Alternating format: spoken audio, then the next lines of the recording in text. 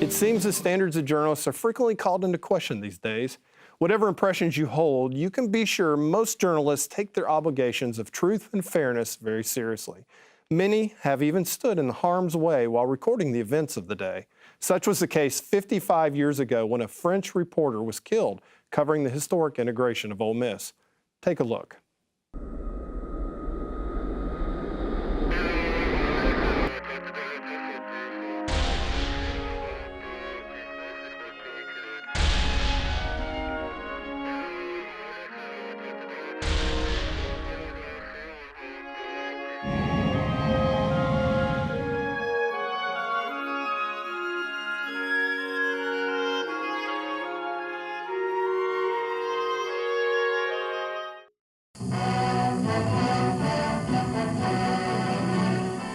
James H. Meredith is formally enrolled at the University of Mississippi, ending one chapter in the federal government's efforts to desegregate the university.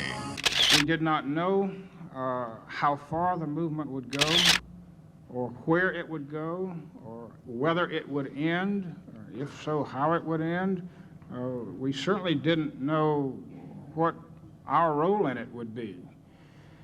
I guess a lot of this was because, for some strange reason, most of us were younger then than we are now, and we believed that we were immortal and therefore nothing bad could happen to us.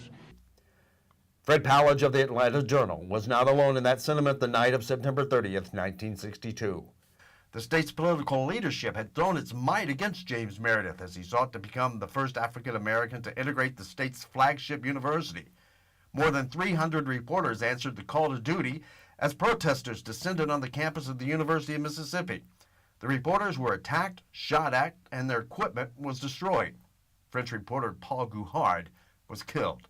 Texas broadcaster Gord Yoder was attacked by the mob, but not until he filmed these images. The town of Oxford is an armed camp, following riots that accompanied the registration of the first Negro in the university's 118-year history. CBS reporter Dan Rather was among those reporters at the scene, covering his first national story. More than 300 helmeted United States Marshals climaxed fast-moving events of the afternoon when they poured out of twin-engine transport planes on the tiny Oxford landing strip. And the pictures out of Ole Miss and Oxford at the time of this insurrection, and I use the word measuredly, spoke for themselves. With this kind of ninth circle of Dante's hell is what it looked like and sounded like. Tear gas, gunshots, first sort of sounded like pistol shots, then maybe 22 rifle shots, then shotgun shots. No man, however prominent or powerful, and no mob, however unruly or boisterous, is entitled to defy a court of law. President Kennedy called out the Army to restore order. Students woke up to the smell of tear gas and a campus littered by burned-out vehicles. James Meredith was registered at 8 a.m. that morning. After getting their wounds treated and calling in their stories, the reporters returned to campus to serve witness to history. Paul Gouhard did not.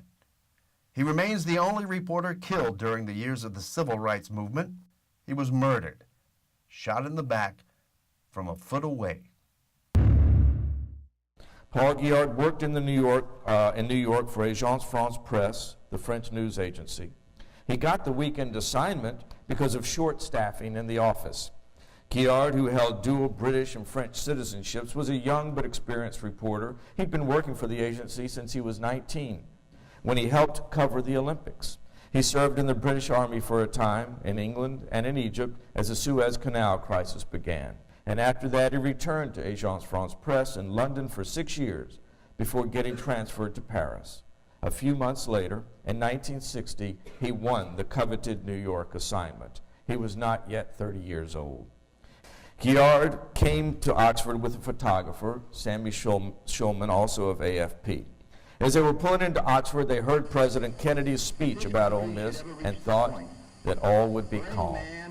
"Oh, hell, the story's all over," Gouhard told Schulman, "but we might as well go and clean it up."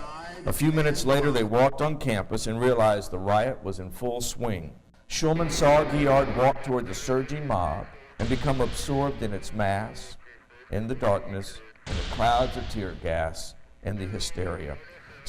But none of those among us that I know of, and certainly not this reporter, had any idea that the events that were to unfold here would turn out to be as important, as historic, as history-changing as they proved to be. On September 30th, 1962, the fires of hate spread out of control here in Mississippi and unfortunately on this campus. There were many, unfortunately, state leaders. Talk about people who kind of stirred this up. State leaders and segregationists who helped fuel the rage. Some of them were from out of state, and a lot of them were not. But that led to 30 federal marshals being shot on this campus, another 136 being injured. 48 soldiers were also injured. This was more than just a riot, really. But their mission was to protect the university's lone African-American student, James Meredith. On that evening, someone fired a gun into the back of reporter Paul Guillard, and his killers left him for dead, hoping to kill him, keep him from sharing the truth. But death failed to silence that reporter. He reported for a French press agency, and his words were still printed, including his observation that the most serious constitutional crisis ever experienced by the United States since the War of Secession had taken place right here at Ole Miss. The thing to remember, I think, is that freedom of the press is far from a privilege granted to a fortunate few. It is a sacred right given to all Americans. Throughout the centuries, freedom of the press has helped safeguard this nation from tyranny, from repression, and from those in government who scheme to keep us in the dark. We must not let this moment pass without noting that those involved in killing Paul Guillard walked free that day.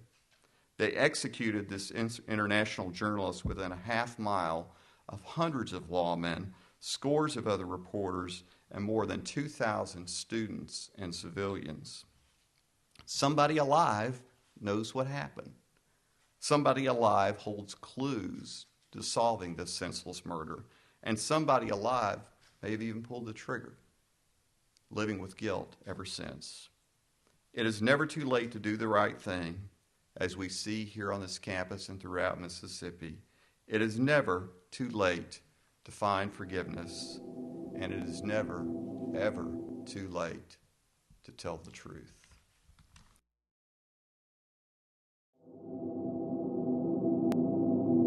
In 2010, the National Society of Professional Journalists named the Ole Miss campus a National Historic Site in Journalism in honor of French reporter Paul Guillard and the 300-plus reporters who covered the 1962 integration crisis.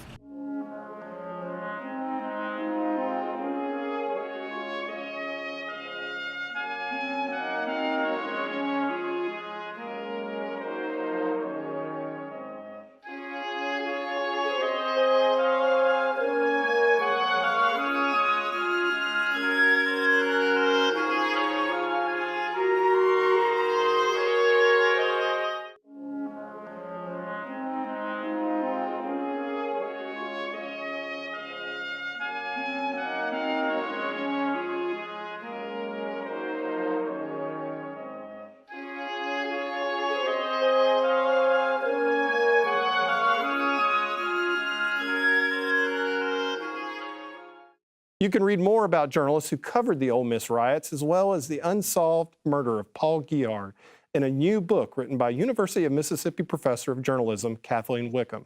Kathleen, welcome to the show. Thank you. Great book, by the way. It's right here. I love the title, We Believed We Were Immortal.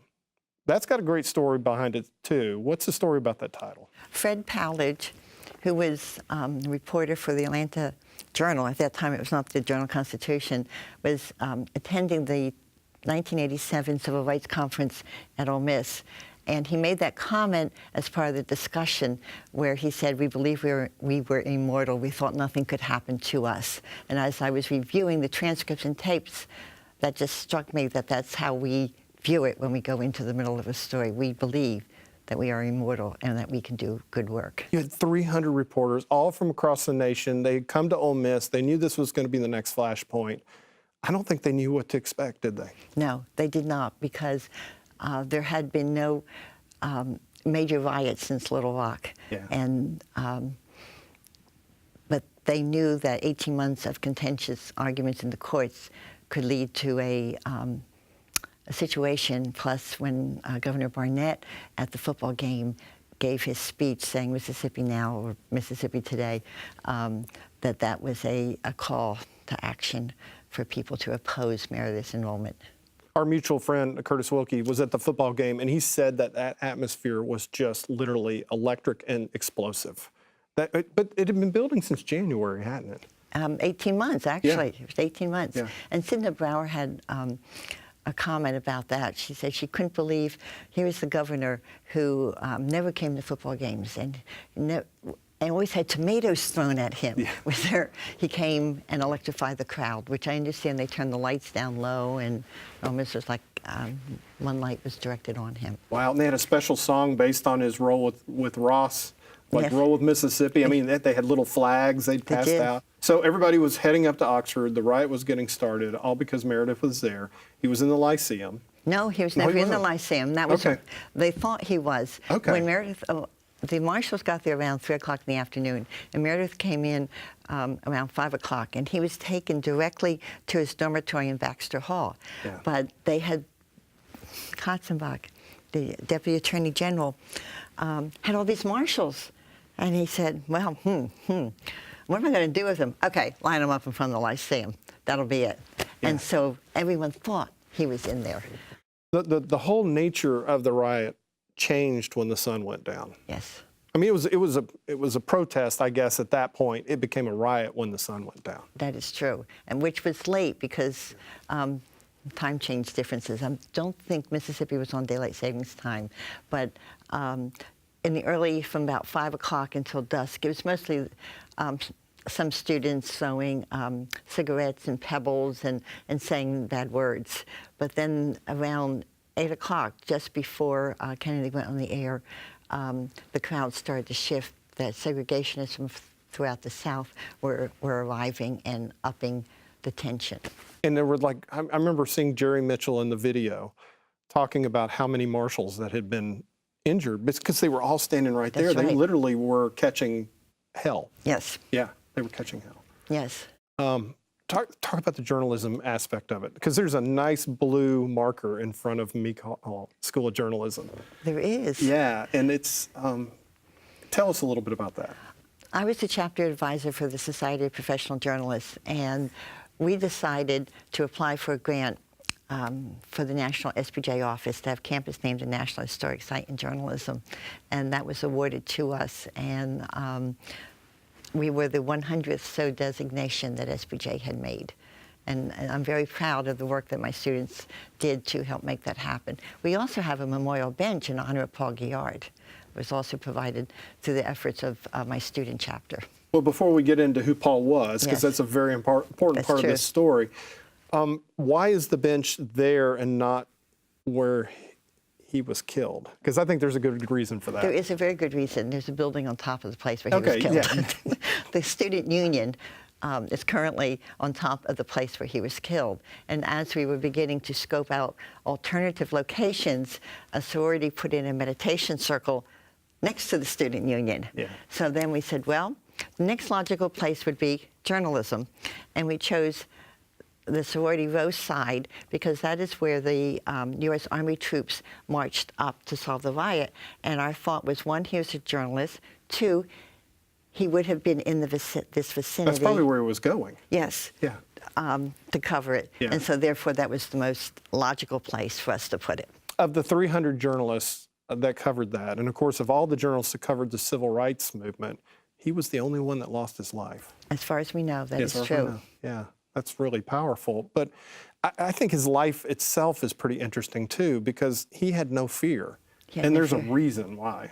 Well, I had the chance to go to France to interview his brother and some of his childhood friends. And Paul grew up in St. Malo, France, on the Brittany coast. You can't see England from the shore, but you know it's right over there. And he was a child there during World War II. He was raised in St. Malo, France, by his grandparents.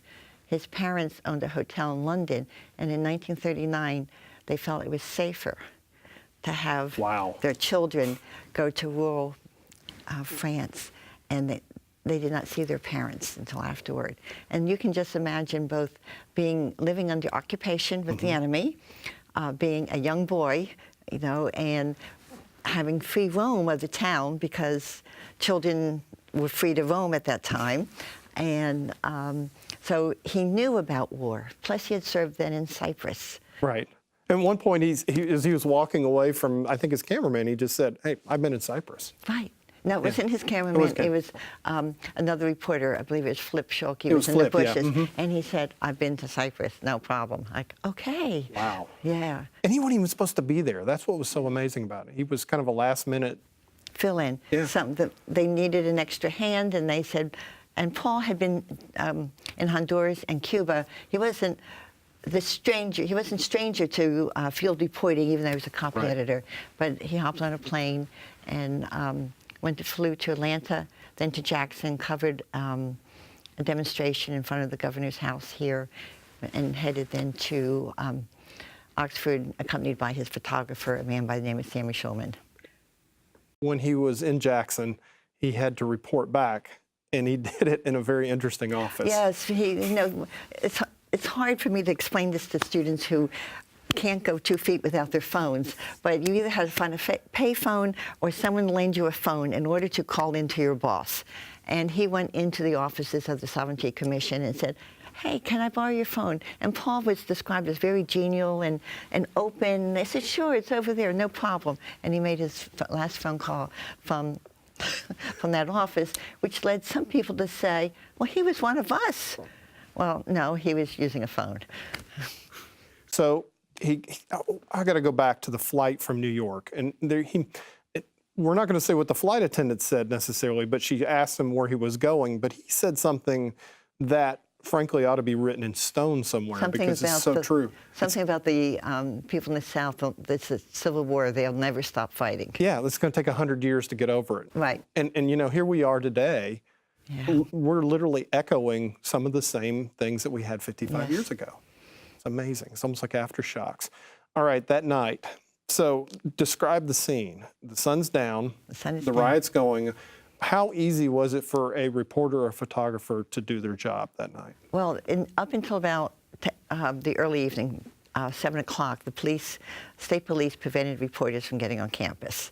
I didn't stop them. I mean, a good reporter, you know, a couple of them found friendly professors and hid under a blanket in the back of the car. A few others who were really young borrowed a student ID card to get by, and someone else went through Bailey's Woods. So reporters were floating in and out on campus all evening.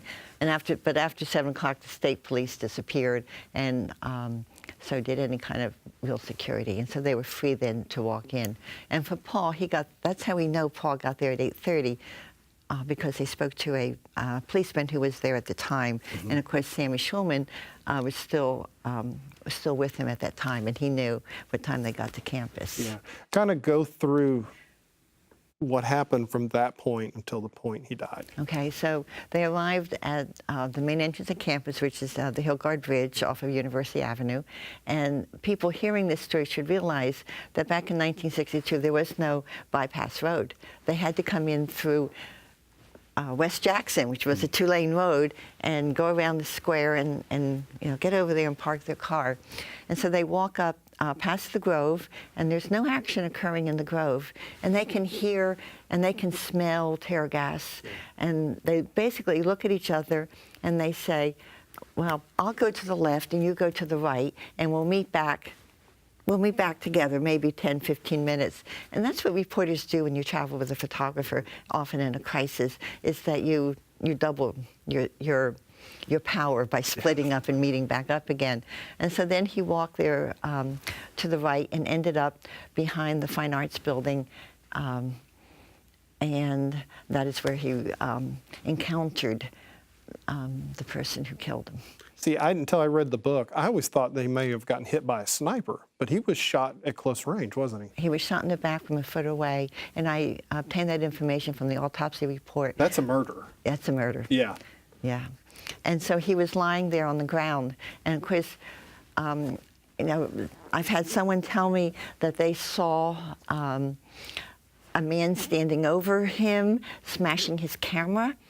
For what purpose? You have to think, well, why would they, you know, if they shot him, do that? But then Evan Thomas, who was RFK's biographer, came to the conclusion, based on his information, that it's quite probable that Paul saw men unloading guns there by the ward dormitory, and he took a picture, and obviously they didn't want to be known or seen, and that's what led to his death. A lot of the photographers said that as soon as the flash went off, they had to like run. Yes. Because that meant that they were a target.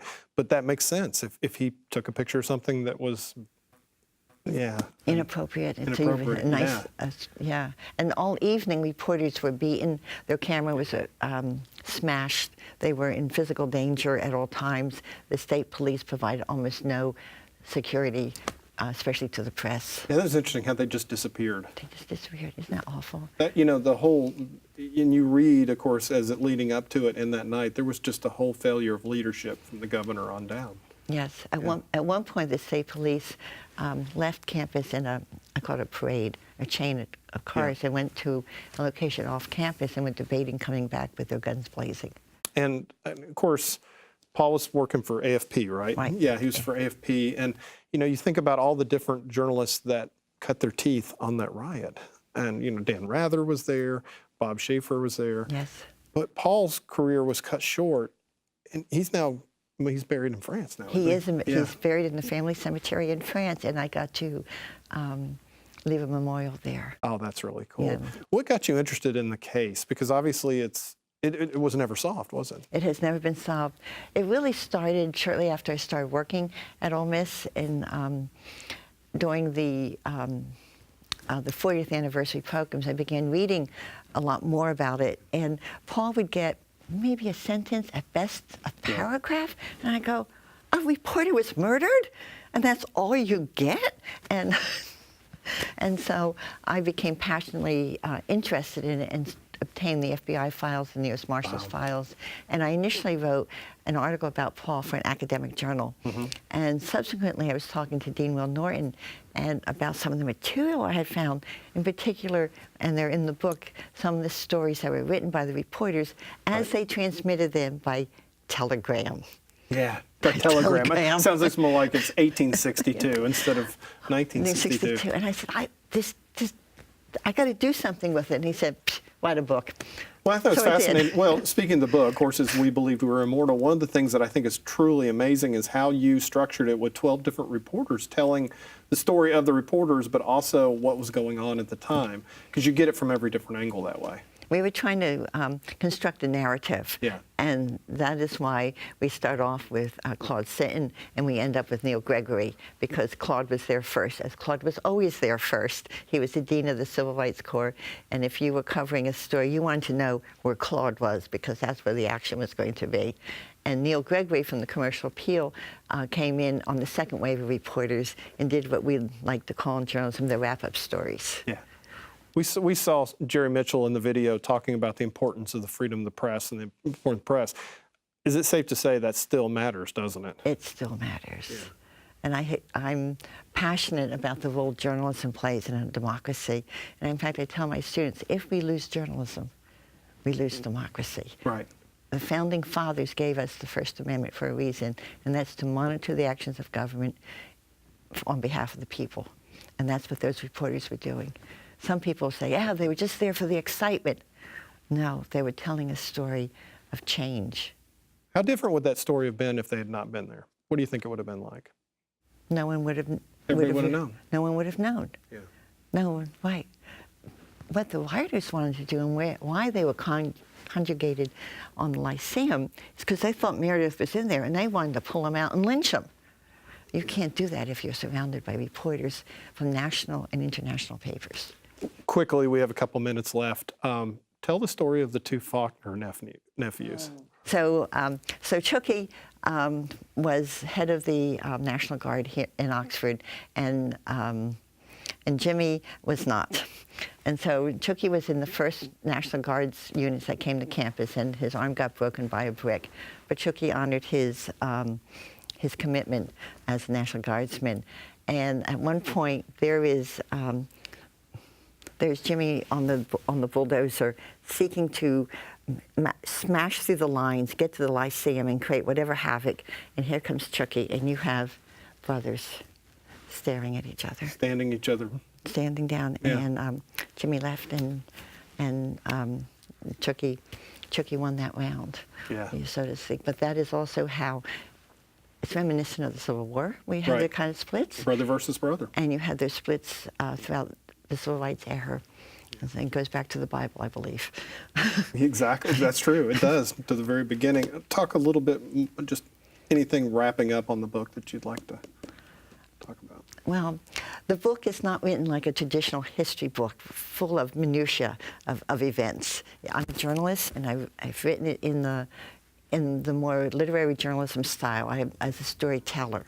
And what I want people to gather is that these men and women were very brave in how they covered the story, and what they covered, and that their job is to inform the public, that journalists operate as the eyes and ears of the public. Kathleen, thank you for joining us today. Thank you.